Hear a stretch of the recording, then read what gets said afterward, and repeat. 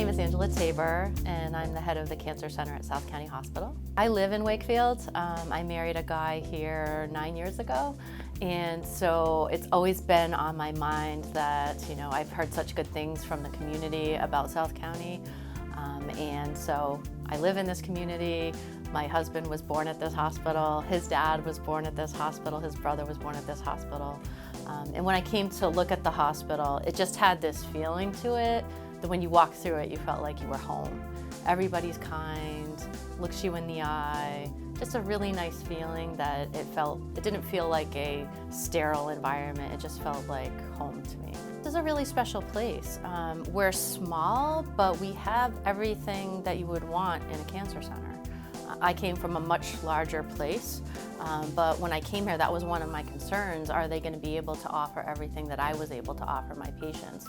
And I'd say 99% of the time we are able to. And in those small instances where we're not, we'll refer someone and say, hey, we're happy to have you get a second opinion. You can't get that care here. But it's been few and far between that I haven't felt like we could deliver excellent state-of-the-art cancer care here.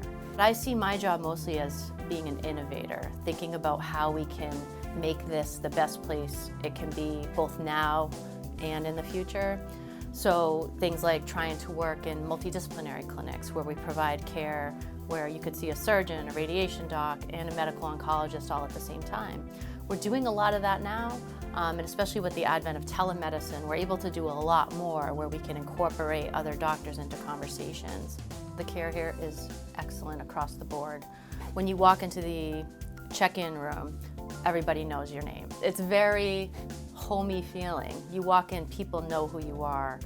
You go back, you see the doctor, you come out, you go to the infusion room, people know who you are. They take excellent care of you. They call you to see how you're doing after your chemotherapy.